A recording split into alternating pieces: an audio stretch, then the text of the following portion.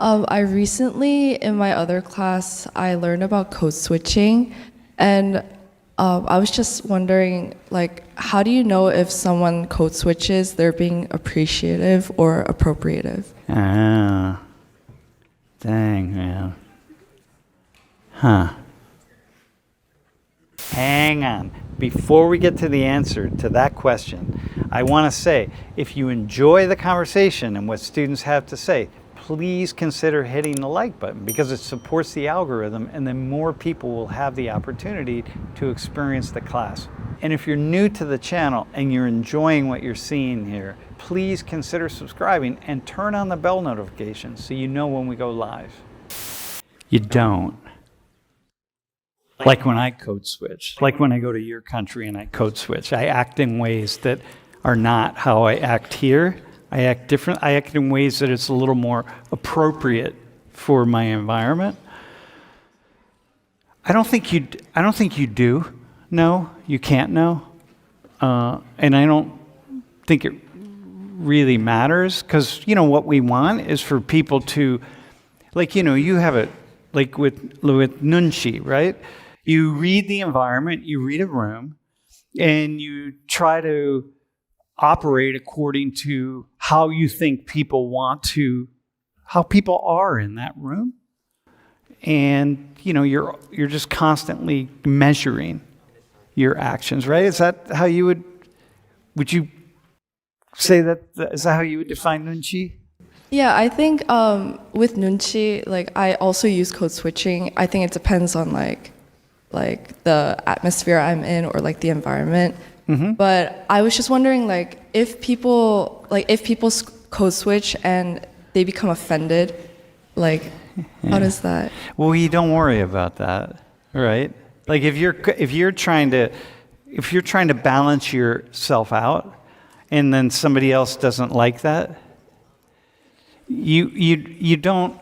I mean, there might be the moments when that becomes a problem, but you can't worry about it because our job as human beings is to look around the room. This is my take on it, right?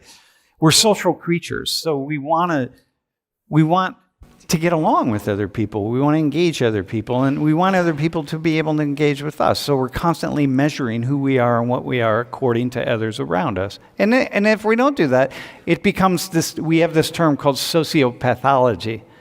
Like you're just socially inept and awkward and just like, creating bad vibes.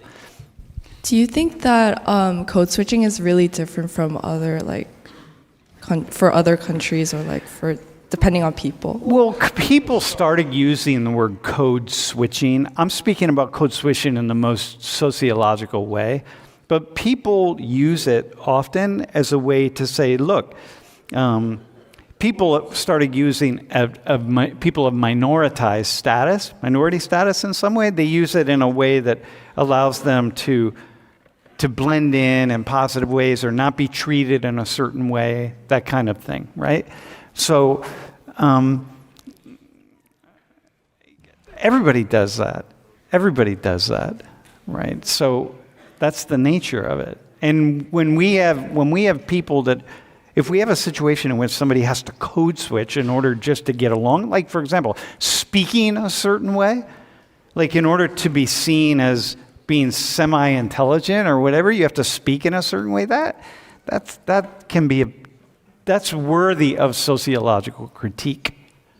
Yeah, I would say that. Like if you have an accent, if you're from Korea, so let's say you don't actually, you speak English without an accent, but let's say you do, but you're up here now with a microphone and you have to try to really not have an accent, because if you do, then people are gonna perceive you in a negative way. Well, that's a problem for them. It could be a problem for you, but at the same time, then you have to say, well, is it really a problem? I mean, these are all the questions that come into play, Should you have to do that? Well, you don't have to do it. Should you? Can I be more specific? Go ahead. Hold it. If I were to be more specific, like I was in a class, it was an African American class, and we talked about AAVE and BVE, which is like African American vernacular. Yeah. So like, I feel like in terms, like if I come from Korea and if I code switch, I don't know if that could be like a, like I don't think I would see, if someone came to Korea and like they code switch, I don't think I would perceive it any like negative way, but like if they said, if someone came to Korea and used slang in a way to fit in, right? And then how you would say, like, how would that be for you? Would that be okay? They use Korean slang to fit in. I would. Okay, so let's look at African American vernacular. If you'd use African American vernacular, you use something, right? And you're in a situation where there are black people, only black people, and you use it, and African American English, let's say, right? Some people are going to say, like, okay, that's cool, and other people are going to say, oh, that's not cool. Well, okay. Like, who's right? See, the problem is what we've done as a society for a long time is we followed the people who say it's not cool. Because anybody who says it's not cool, like, we have to follow them, because if we don't follow them, we might be perceived as racist or insensitive or whatever. But like, you don't have to follow them. Follow the people who say it's cool. Why don't you follow them? Why wouldn't we? You know what I mean? So you're always going to find somebody who has a problem with anything. So in that case, right? Does that make sense? But in Korea, that's not a big issue, because here, Black Americans have experienced, many Black Americans are highly politicized and highly sensitive to the ways in which Black people have been discriminated against in pretty serious and significant ways. And so, like, some people are like, yo, hang on, right? Like, you don't have that in Korea. Well, you do with Japanese and Koreans and Chinese, but mostly you don't have the same thing. So it's a little bit different. And then the more you get into these conversations, the more you understand that it's different for each group. And that's fine. That's good. Does that make sense? Like, don't get hung up. Like, don't ever listen to a single voice of a single person. Yeah. Does that make sense?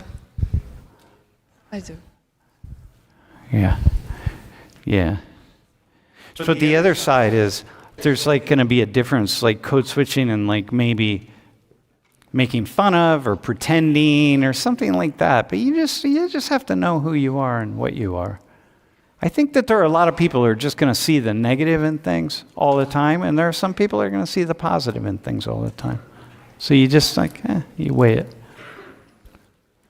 Is that cool? Does that make sense? That's a really complicated question, and I just gave a really even more complicated response. But it's a cool question. And what's interesting is that this person from another country, are coming here. You're taking a AAAS class, right? An African American Studies class. Yeah. And then you're having these kinds of conversations. And that's what growth is, man. That's what school is. That's what this is all about. Hey, if you want to watch the full lecture, the link to the playlist and the lecture is in the description, so just check it out. In fact, there's a lot of useful information that's connected to the class in the video description, including when we go live. And we do go live every Tuesday and Thursday during the semester, and Wednesday afternoons throughout the year. Okay, let's get back to the class. Out of every topic you've discussed this semester, which do you think is the most controversial? None of them are controversial to me. Right? Like that's what, hang on, then listen. That's what allows me to do this, because nothing's controversial to me. But I don't, I had to ask other people for that. But which one do you think?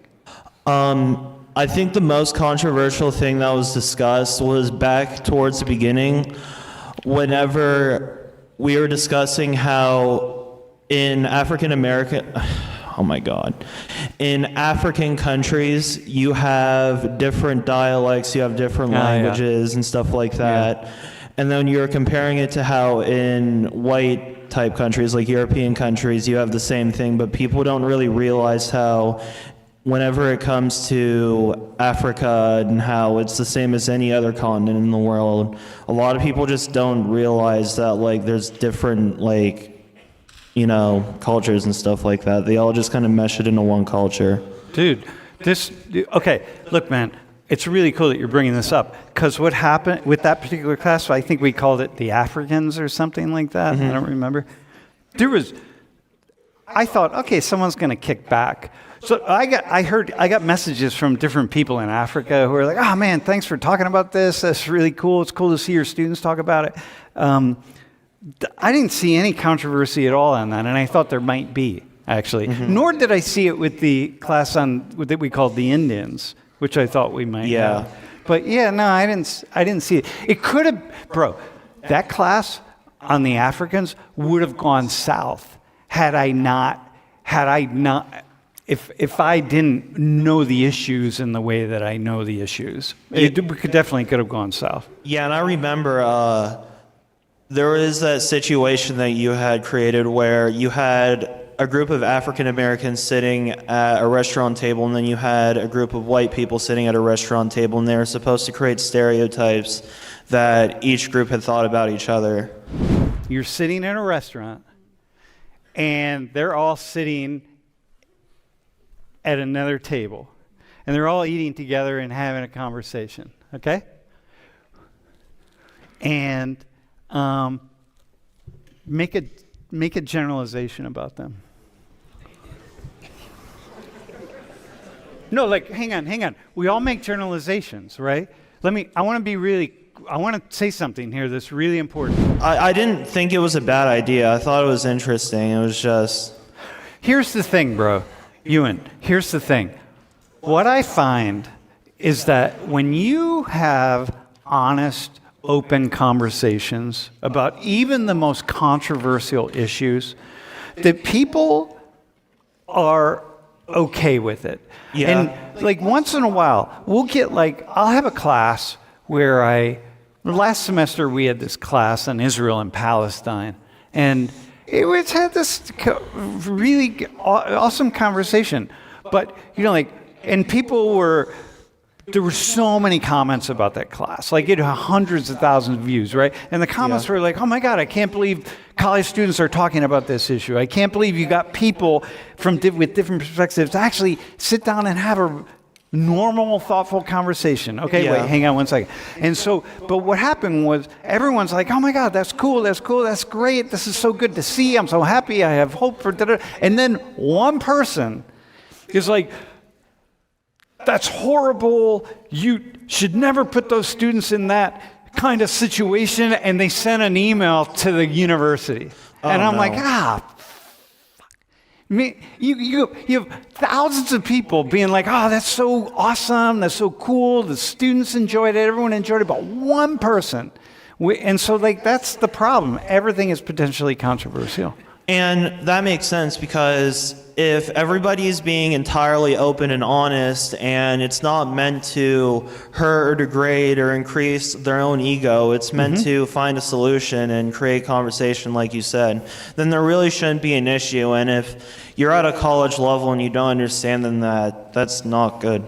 Well, that's right. But, you have to also trust that I'm capable of taking many, many different sides. Yeah, that's true. And the problem is, if you're in the classroom day after day, you have a sense of that. But not people don't always have that, and people have their expectations, and so you just have to. I, for example, just have thick skin, so it doesn't.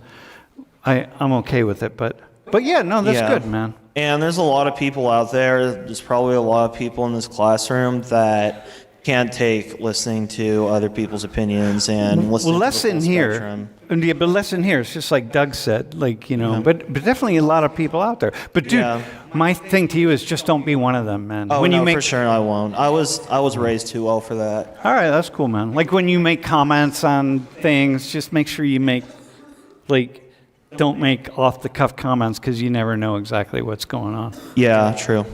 All right, from across the pond, what message do you want people from other countries to have about America's current political climate? Oh, my God. Oh, Jesus. It's not as crazy as it seems, okay? That to be reminded that our government, we have millions of people that work in the government, okay? Millions. If we include all the military and everybody, it's millions and millions of people. And if we include federal, state, county, and local, it's many, many millions of people. So when you talk about the U.S. government, recognize you're talking about millions and millions of people, okay? Everything's actually pretty steady. People just do their jobs. In Washington, D.C., people in the Justice Department and the State Department and this department, that department, it's just filled with bureaucrats who are just doing their jobs day in and day out, day in and day out, okay? So the part of when we think about the political climate, understand that what we're talking about, sometimes it's what it seems to be on the outside and what it is actually happening on the inside can be very different things, okay? It's like the news. So news is always appears negative and bad because that's why it's news. So most of the United States, the vast majority of the United States, vast, is just like what you see in this classroom. People are just having conversations. How do you think people should be approaching talking about different topics that they're not proficient in? So if you're not a politician or someone studying politics, how much should you be speaking about that? How much should you let your emotions get involved to talk about it, or it be religion as well? If you're not some religious preacher, how often should you get involved in speaking to represent those people? So here's the thing. There's no shoulds in my world, right? I can't do the shoulds, because if I do the shoulds, I can't. In teaching a class like this, of this dynamic, I'd leave them out of my... Why is that? Because there's too many... I don't know what people should do. You know what I mean? I don't even know that you should go study the world. You don't have to study the world. Go get a little plot of land and never leave your plot of land. You don't have to learn anything about the world. You don't have to do anything. There's nothing. Do whatever it is that makes you feel good, and that maybe if it doesn't harm other people, that's fine. I think that last point you said about if it doesn't harm other people, do you think that when someone speaks about something that they're not experienced in, that they can harm other people? Okay, so here, definitely, man. I was listening to this guy he's some blogger, and he's to the right of Donald Trump. And God, the stuff he was talking about. How Asians and Indians, East Asians and South Asians can't be Americans. They don't accept the United States. They are not. I'm paraphrasing him, but this is essentially what the guy said. They don't accept being an American. They will never be Americans. They will never have an allegiance here. They're brown people. They will never be part of this country, and we need to stop letting them in. And many of those who are in here, we need to kick them out. And the guy he's putting information out there. And Donald Trump took one of these big things and he posted it on his own Truth Social thing. And I'm like, dude, first off, it's just dangerous, it's problematic, and it creates divisions that there are already enough people here. We are a multicultural world. We don't need those kinds of divisions. That is a problem. We don't want a war. We don't want a race war. We don't want any war. It's like, we need to stop this nonsense, man. And so it's like, don't do that. And so there's my, I'm going to say, in that case, don't do that. It's a problem. But you're doing it, so again, now I'm standing up against the should thing. Should the guy be allowed to do it? Yeah, he should be allowed to do it, but come on, man. And maybe other people can read that stuff and say oh, that's pretty terrible. And I don't know, I don't know. You see, it's just a problem. Right. I see that stuff and my heart just weeps for it. Do you have advice for us when it comes to talking about this or seeing it online? Yeah, know that no matter what you say. No, how about just random issues, right? No matter, you see, the fact that guy has those ideas, that might actually be the thing that leads to a great openness of humanity here in the United States. So I'm like, yeah, maybe he needs to post more of that. And so people can push up against that kind of thinking so that then they can say, wait, we don't want that. Let's go over here. You know, like, so we don't know what the future is. But what I would say is, yeah, for everybody in here, it's fine to have opinions. You're young. You need to have opinions. You need to have thoughts about things. You need to test your opinions out with other people. It's good to test them out. Get into arguments with your friends. You should be sitting in your dorm rooms or apartments and having arguments with people, man. Like, that's how you learn. That's how you really build your intellect. But recognize that no matter what you say, there's a perspective out there that's opposite of that perspective, that's also very reasonable, thoughtful, and smarter in different ways than your own perspective. And like, yep, that's how it is. And that's how it is for me. That's why I'm very careful about what I say, because I know that I'm potentially wrong about everything. Well, I am wrong about everything because I could make the opposite argument of whatever I say. So just like I did with the guy, I'm like, dude, don't. Michael Savage is the guy's name. Like, oh my God. But I don't know, man, maybe 10 years we'll look back and we'll be like, oh, thank God for that whole way of thinking, because it opened up something in this country. And I don't know. So we should be open to listen to people. You definitely got to be open to listen to people, man. Yeah, you got to be so open, man. I was wondering, because we've never really heard it for you, do you have a personal political philosophy, and like, what do you think the role of government is? Dude. Not in a partisan, like, American No, way, I got you, just but globally. You listen to me. Do you think I have a political philosophy? Or do you think I'm just mentally ill? I think you have a philosophy that you don't like to share. Yeah, I don't, man. I don't. Yeah. I will tell you this. Wait, what's your name? Sebastian. Sebastian. Here's the thing.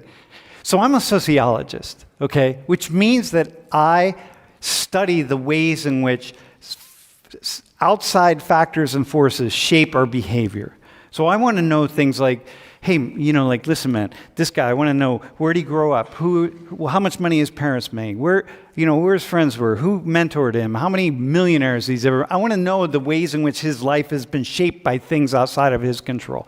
And then I make connections between things, and it finds out, like, yeah, you know what, if your parents go to college, you're more likely to go to college. And if this, then that, and this, then that. That's what we do as sociologists. It's not causality purely, but we start to understand the boundaries of causality, okay?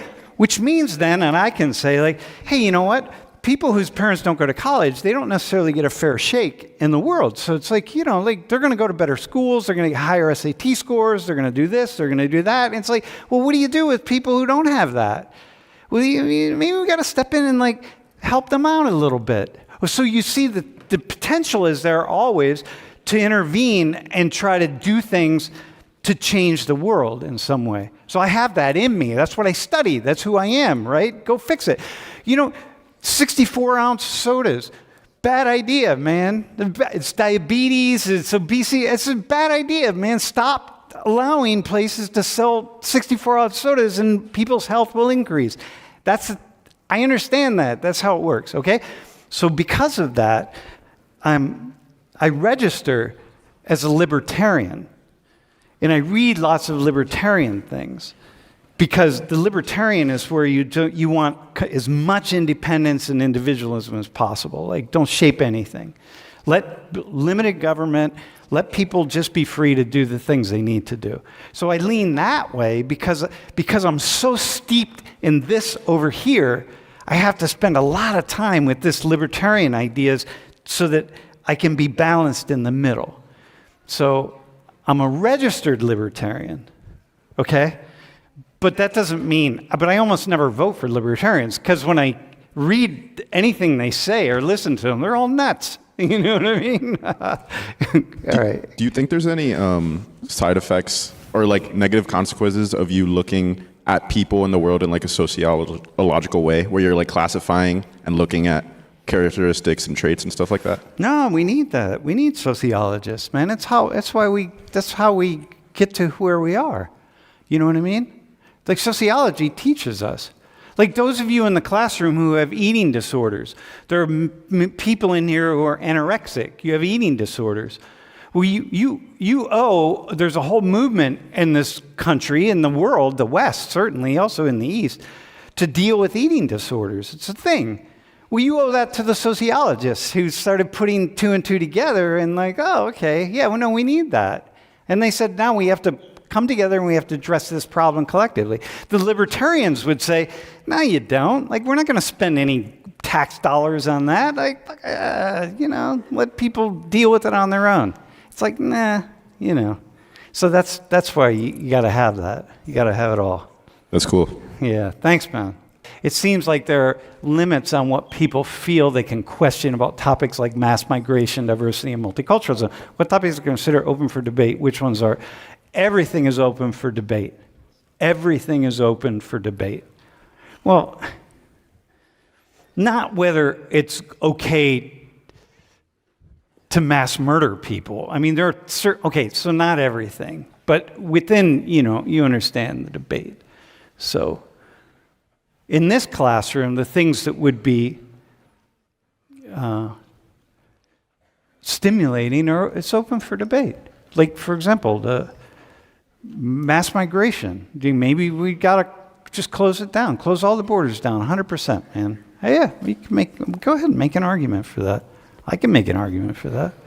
Hi, my question is kind of similar to this.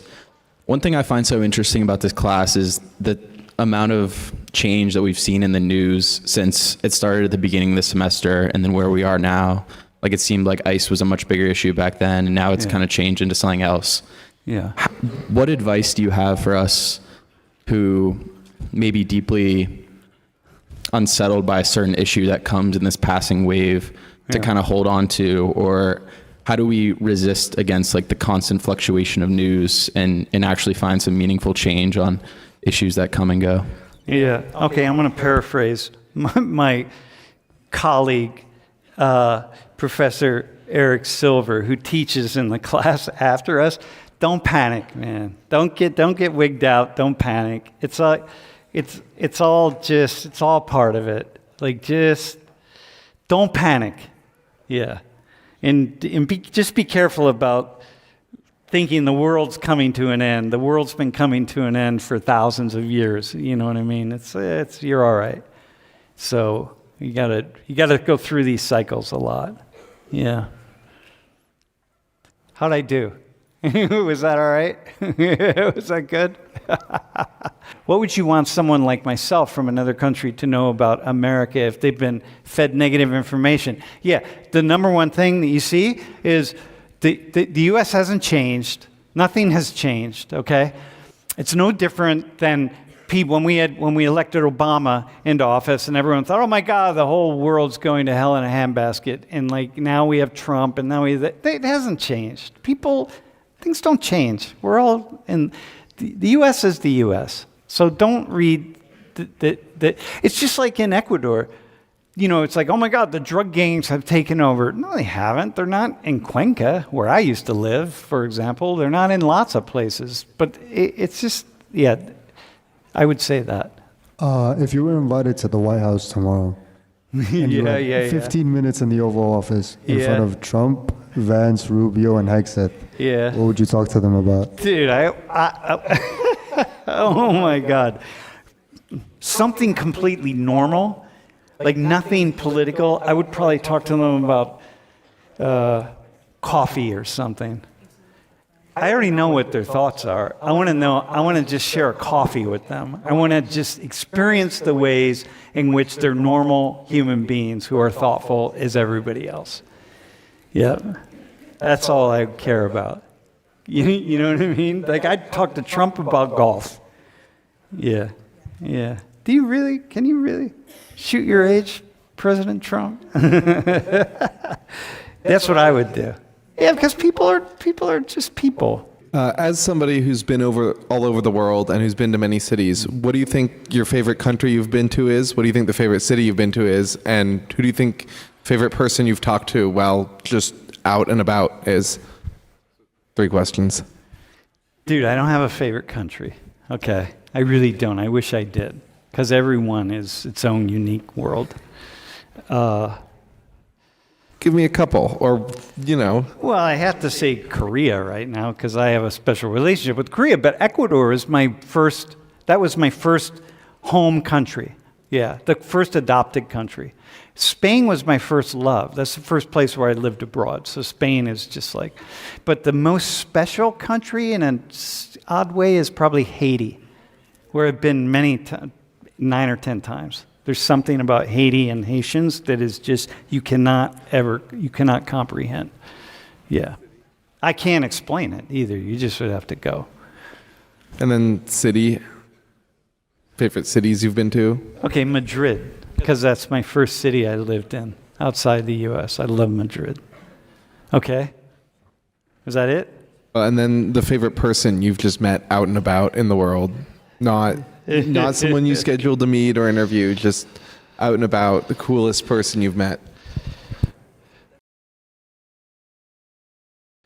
The one that had the most profound impact on me. How about that one?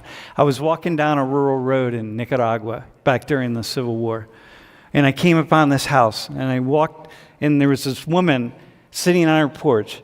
The house was half blown away because it was the middle of the war, and the whole front part of the house was gone. And she said, "Hey, gringo, ¿dónde vas?" And I'm like, fuck. So I sat down. I went over and I sat down on her steps, and she was there, and I was here, and we're talking. What are you doing? And I was there by myself.